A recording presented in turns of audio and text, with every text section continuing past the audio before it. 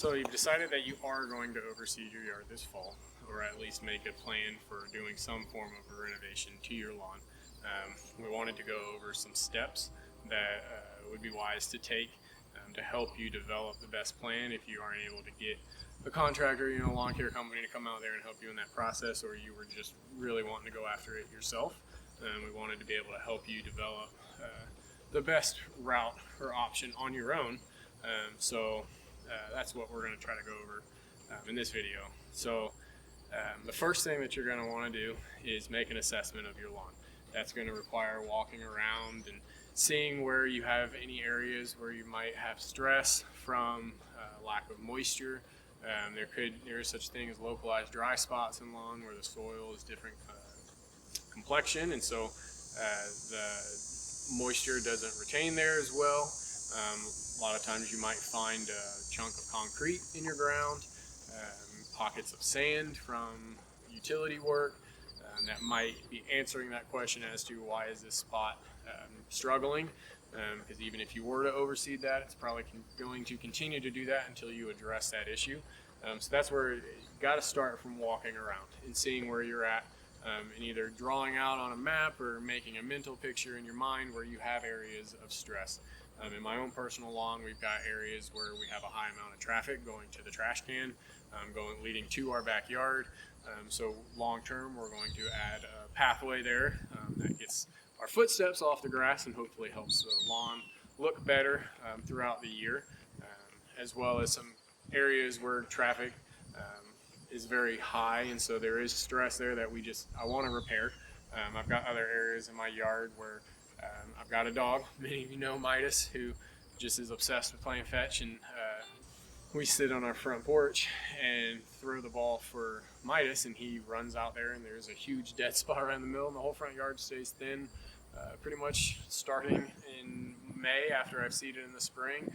Gets worse throughout the year until this time where I overseed again, get it looking good, and then throughout the winter as we're sitting there, he tears it up again. So it's a never-ending process, but I'm not going to change that. So that's something that I just know about my lawn.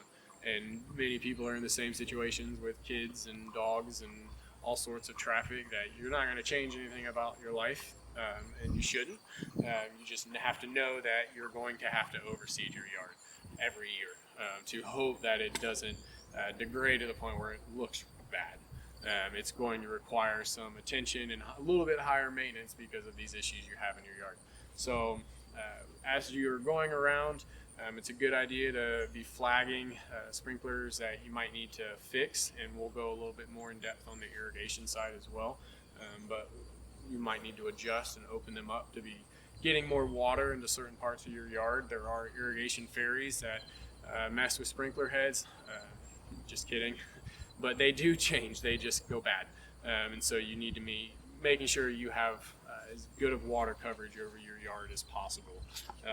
And another good rule of thumb, if you haven't done it as well, is measuring up your areas to get a defined square footage. That will help you know how much seed to put down and how thick or thin to go in certain areas based on your total square footage and knowing how much seed you're going to be needing to put down to try to get it as thick as possible. So it's a good idea before you begin. You've got a sheet of paper, draw it out, step it off, get a measuring tool, however you need. Google Maps has some cool features where you just get a general idea of how much actual lawn you're working with. That's generally the core of all of our information for treatment plans, so that's a good time during the assessment period to figure that out.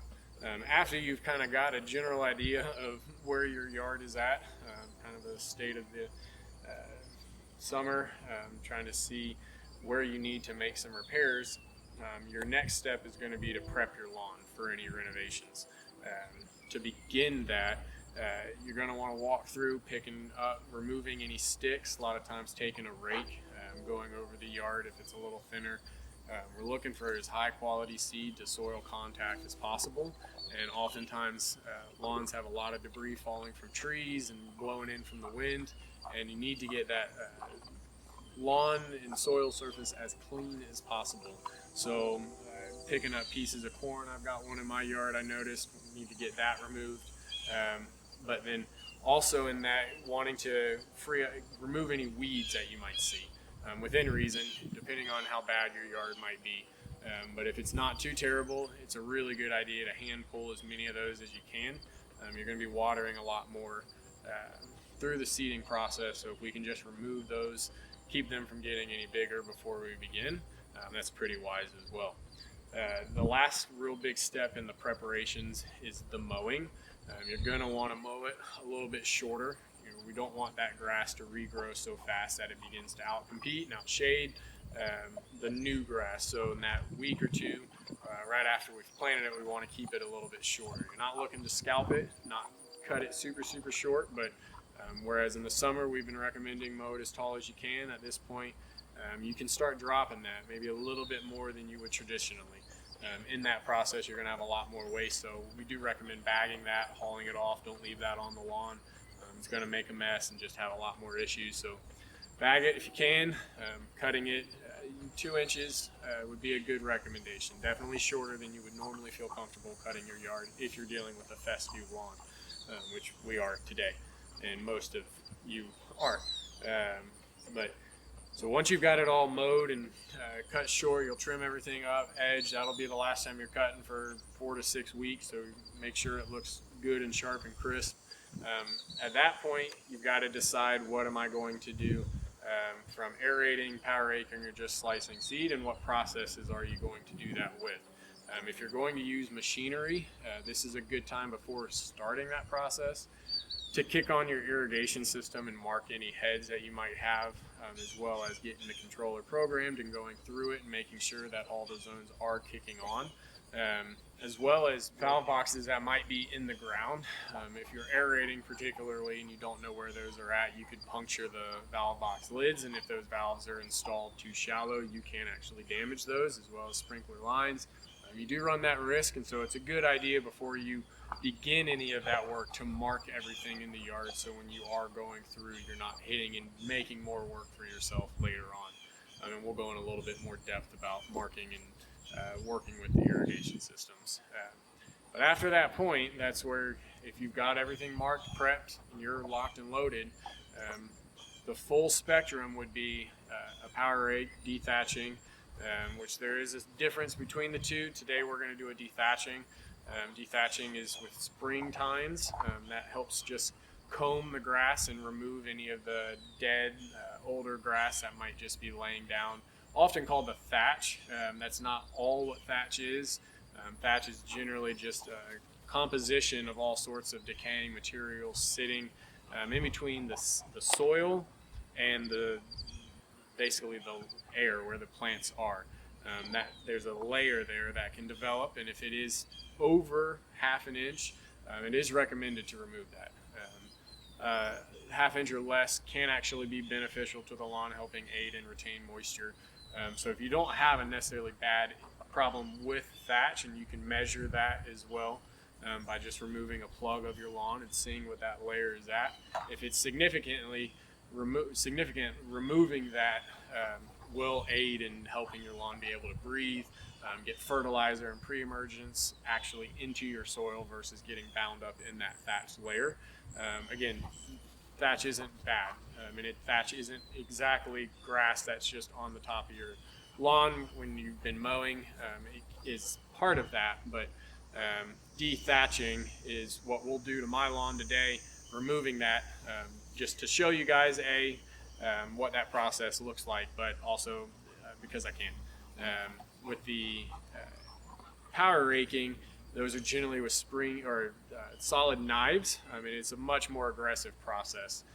I wouldn't recommend it to a thick green growing lawn, but if it's super thick or thin and you're looking to put some new seed down and it's primarily dirt and weeds, power raking the top of that to just clean that surface, get it nice and soft, works really well, especially with bare dirt lawns. If it is kind of hard and crispy or crunchy, the surface, taking that power rake before we slice in our seed helps make a real soft seed bed for when we're planting. So we've got two options there, power raking, dethaching. Not always required. Best to check that thatch layer to see, but it does thin out the lawn to help that seed make better seed to soil contact, which can help tremendously in getting a lawn to grow in the fall. We've also got another step, aerating. The whole point of aerating is to try to relieve compaction, increase drainage through your lawn by either making holes in your lawn through a hollow tined aerator where it's actually pulling out 2 to 3 inch thick long metal, or not metal, dirt turds, pieces of dirt, plugs, or there's solid tine aerating where it's just creating holes in the lawn. Two different styles. Today we're going to be using a hollow tined aerator to pull those plugs throughout the yard.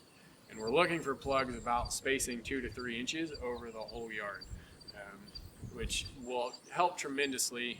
I push mow my yard, but just as a best practice, I'm going to aerate it this year to, it's going to help so we can show you guys, but it will, when you're overseeding, aerating before, it gives it that extra edge that does go a very long ways. It's not always required, but it's certainly something that if you do, you can expect to see some beneficial results from that, which leads us into the last major step, which is the overseeding process.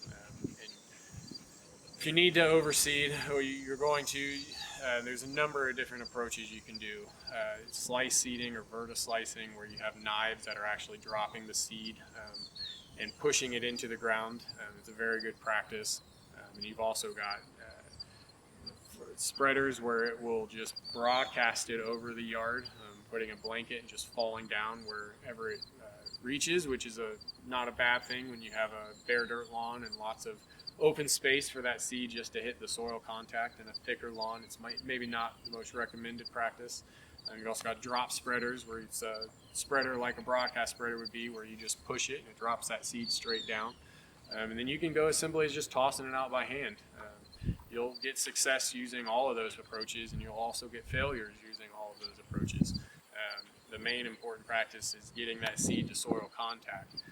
And you're wanting to put down a healthy amount of seed. Rule of thumb is 3 to 5 pounds per 1,000 square feet, which is where it's important to know your square footage in your lawn.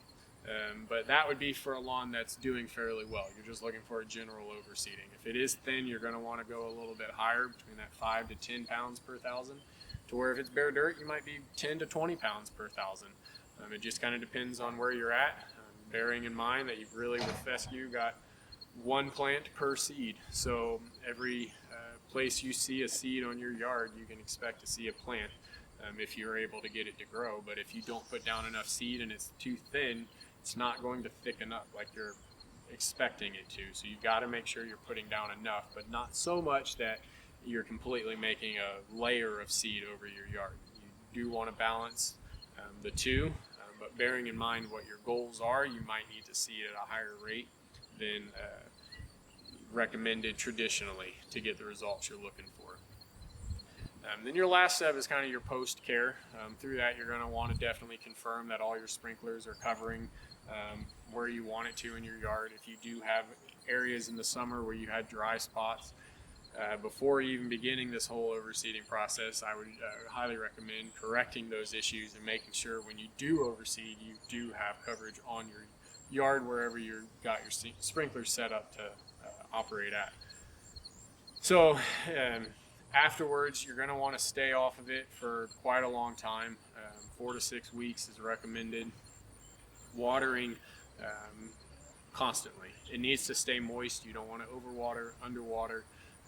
Needs to have a moist soil surface for 4 to 6 weeks, which, depending on your irrigation setup, could mean a full-time job or setting up your sprinkler systems to run 3 times a day for a set amount of time, 7 days a week. Not mowing, not doing anything, keeping pets off, children off. I mean, your lawn is a holy grail at that point. And anywhere you're walking on it, you're going to struggle to get grass to come up. So you stay off of it. When it gets to be tall, noticeably tall, start mowing, bagging those first couple of cuts if you can afterwards. Push mowers are preferred but not always required. But then mowing it very infrequently, at that point maybe every 2 weeks until it starts really growing well. This is a time afterwards, 2 to 3 weeks, where you might want to incorporate some starter fertilizer after that grass is germinated and starting to grow. There's tons of arguments as to before or after seeding. It doesn't really matter too much as long as you get something down for it, but I've seen pretty good success waiting a little bit for that seed to come up and then putting down traditional starter fertilizers, which are generally a triple 13, triple 10, those numbers, talking about the fertilizers you're putting down, but a good fertilizer that will help it start to develop and grow. At that point, you've done that at 2 to 3 weeks, so you're 4 to 6, you're starting to hopefully cut it. And at that point, through the remainder of the year, keeping it wet and moist as much as you can for that first 4 to 6, and then weaning that off to a traditional schedule, hopefully towards the end of the year, with your mowing and linking up to more traditional schedule towards the finish of the year. It's important to bear in mind you're going to want to continue to water your lawn through the winter, whether that be above ground sprinklers or garden hose, however it needs. It's going to need additional moisture being a new lawn, and watering this winter will go a tremendous way in helping it look green come this spring. But if you follow all those steps, we're going to try to show off as much as we can as we're doing my yard, so you can get a good idea and maybe build a little confidence in taking this on yourself. But stay with us. We're going to break them down by topics, so if you're not needing to do everything, you don't have to watch everything, but breaking it up, segmenting it out, so that way you can hopefully get the most information to help you figure out what to do in your yard this fall. So thanks.